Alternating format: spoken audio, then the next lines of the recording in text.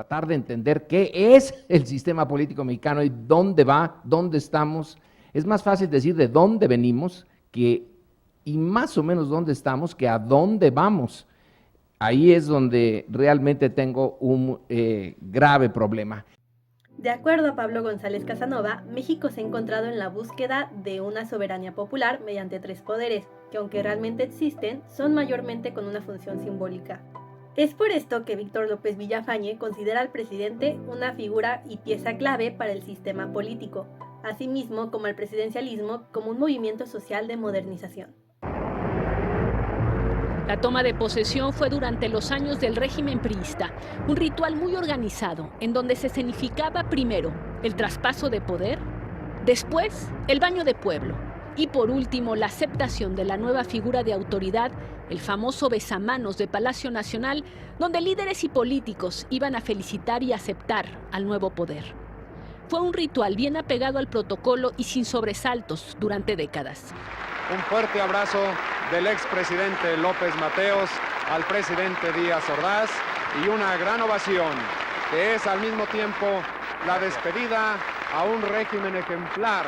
Como menciona Fernando Pessoa, toda política debe ser conforme a la opinión pública.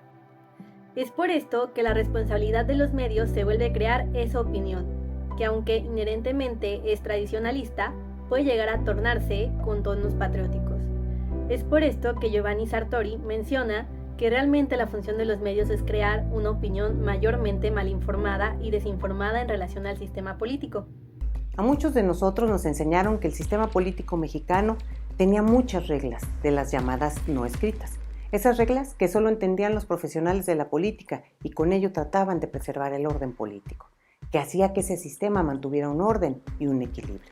No pretendo defender esas reglas o abogar por ellas. Simplemente lo que quiero traer a colación en este espacio es reflexionar de cómo han venido cambiando esas reglas a raíz de la alternancia en el poder en nuestro país. Los gobiernos priistas entendían claramente las reglas y durante mucho tiempo esto permeó en el sistema político mexicano.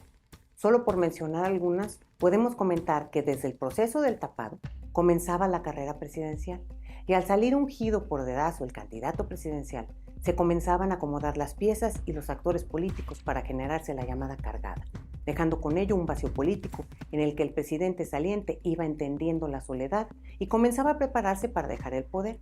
El presidente entrante comenzaba a tomar las riendas por anticipado y desde la campaña misma comenzaba a tomar distancia de su sucesor, hasta llegar a un distanciamiento natural que dejaba en claro que existía un nuevo perfil en el poder.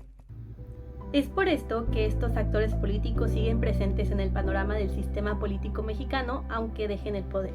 Incluso Lorenzo Meyer, en su libro El liberalismo autoritario, destaca como un argumento las elecciones de 1988 que dice carecen de credibilidad, ya que al entrar en vigor el neoliberalismo nace el autoritarismo de mercado, fundándose así alianzas a cambio de apoyo político, logrando así la privatización de la televisión con el Estado, que solamente otorga beneficio al partido político regente.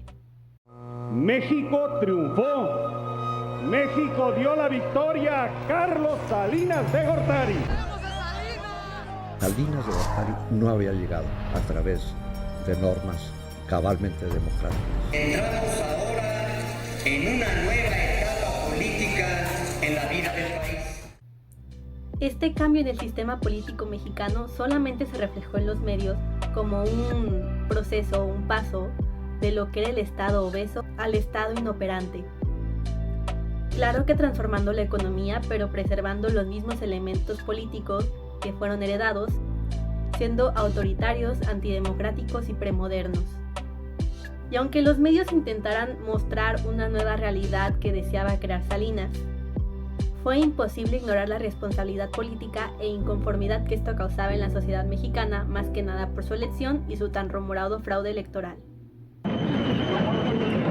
En 1988, tras la primera elección competida y cuestionada en décadas, se rompió dentro del recinto el silencio protocolario y se escucharon manifestaciones de protesta y rechazo. De conformidad, silencio y orden, señores diputados. Simpatizantes del Frente Democrático Nacional se disponen a abandonar este salón de sesiones.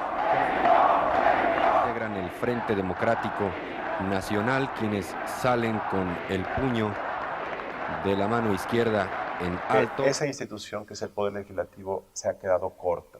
Y entonces muchas veces los mexicanos, cuando se muestran frustrados por los resultados de la democracia, le echan la culpa a quien organiza las elecciones como si ellos fueran los culpables de la calidad de los gobiernos que emergen de las elecciones. Y esto tiene que ver sobre todo con la falta de un poder legislativo que someta a escrutinio a quienes gobiernan desde la administración pública. Así como existen infinidad de casos en los que se muestra la estrecha relación que mantienen los medios de comunicación con el sistema político, y cómo estos son capaces de crear una narrativa que favorezca o no al Estado, alcanzando un poder considerable de manipulación mediática en la opinión pública del sistema político en la sociedad mexicana.